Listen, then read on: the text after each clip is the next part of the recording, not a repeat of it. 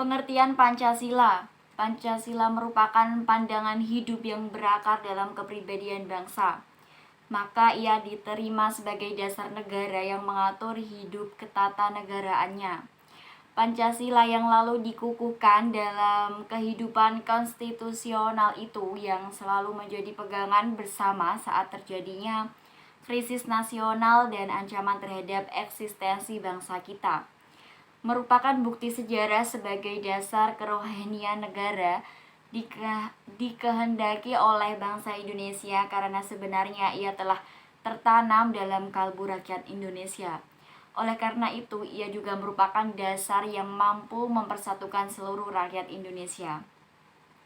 Nama Pancasila sendiri berasal dari bahasa Sanskerta, yaitu panca yang berarti 5 dan sila yang berarti dasar. Pancasila memiliki arti 5 dasar kehidupan berbangsa dan bernegara bagi seluruh rakyat Indonesia. Pancasila yang tersusun dari 5 sila ini tergambar pada bagian perisai dari Lembaga Negara Indonesia, yaitu Garuda Pancasila. Pancasila pada masa Orde Baru. Meletusnya G30 SPKI pada tahun 1965 itu telah meruntuhkan konfigurasi politik era demokrasi terpimpin yang bercorak otoritarian. Pengkhianatan tersebut mengakhiri tolak tarik yang antara tiga kekuatan politik Soekarno, Angkatan Darat, dan PKI dalam dinamika era demokrasi terpimpin yang ditandai dengan tampilnya militer sebagai pemenang.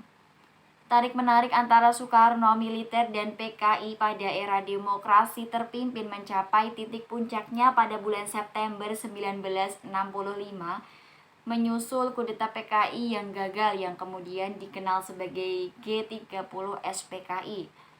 Setelah kudeta yang gagal itu, kekuasaan Soekarno dan PKI merosot tajam. Merosotnya kekuatan Soekarno dan PKI secara drastis setelah G30 SPKI disebabkan oleh peran-peran yang dimainkan oleh keduanya sebelumnya. Seperti diketahui, Soekarno bersikap sangat otoriter sehingga banyak yang menunggu momentum untuk melakukan penentangan secara terbuka tanpa resiko masuk penjara. Sementara PKI sejak tahun 1963 atau ketika Undang-Undang Darurat dicabut oleh Soekarno tidak lagi memilih jalan damai dalam berpolitik.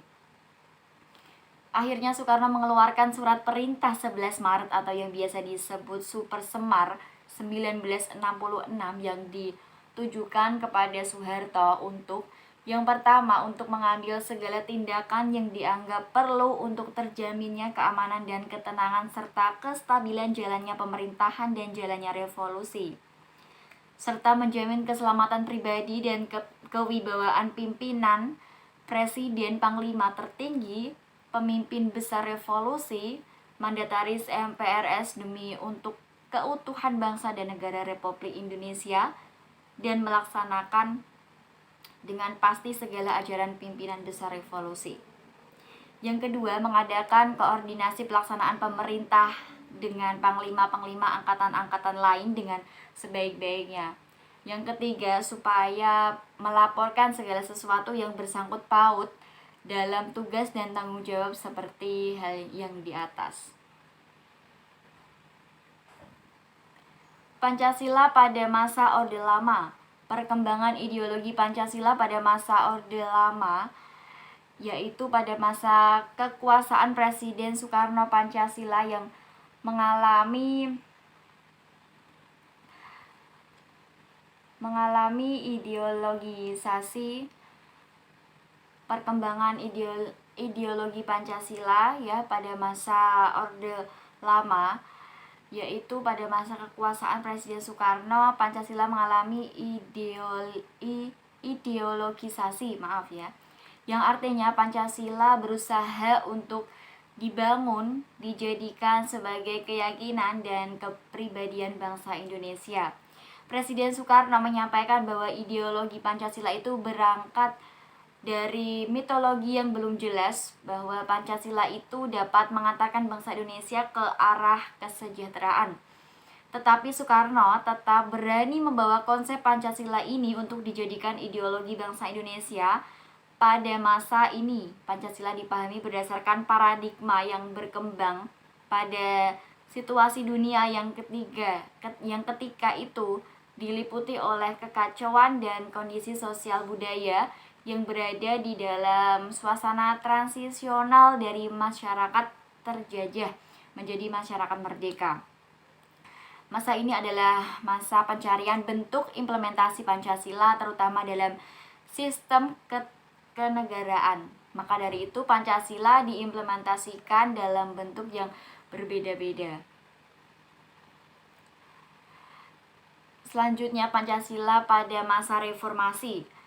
Reformasi bergulir di Indonesia dengan dimotori oleh mahasiswa dan tokoh-tokoh bangsa yang merasa bahwa krisis yang melanda negara ini diawali dari krisis ekonomi.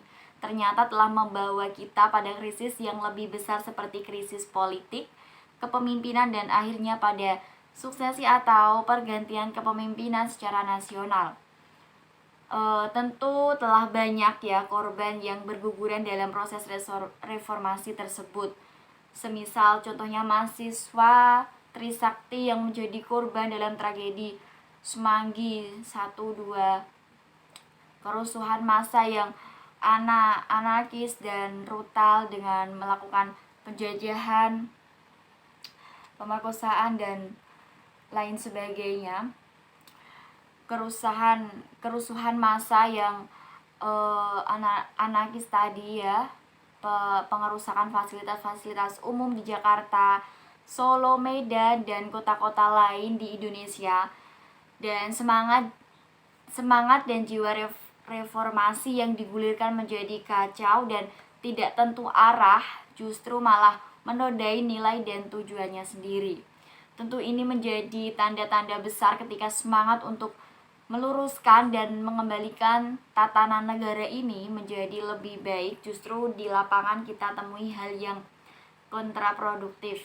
Salah satu tujuan reformasi di bidang politik dan hukum adalah mengembalikan Undang-Undang Dasar 1945 dan Pancasila sebagai falsafah dasar kehidupan bangsa dan negara, yang kita dapat mengetahui dengan seksama bahwa dalam pelaksanaan Undang-Undang Dasar 1945 dan Pancasila dalam masa Orma dan Orba terjadi deviasi atau penyimpangan oleh oknum-oknum penyelenggara pemerintah, sehingga dalam pelaksanaan berpolitik dan berpemerintahan hanya menjadi senjata dan dalil pembenaran dari semua tujuan penguasa untuk melanggengkan dan menikmati kekuasaan, sehingga muncul pemerintahan yang lalu seperti otoriter absolut yang terpimpin dan kolusi untuk korupsi dan nepotisme dalam kekuasaan penuh dan perilaku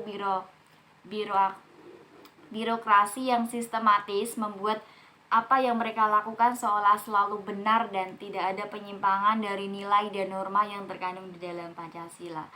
Jadi butuh waktu dan dalam sebuah generasi yang solid untuk dapat menempatkan kembali roh dan semangat Pancasialisme terutama pada generasi yang sekarang ini.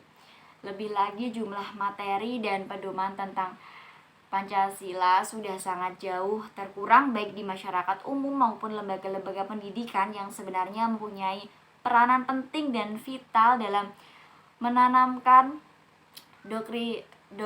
doktrini ideologi Pancasila sebagai serta nilai-nilai yang terkandung untuk dapat diamalkan dalam kehidupan sehari-hari.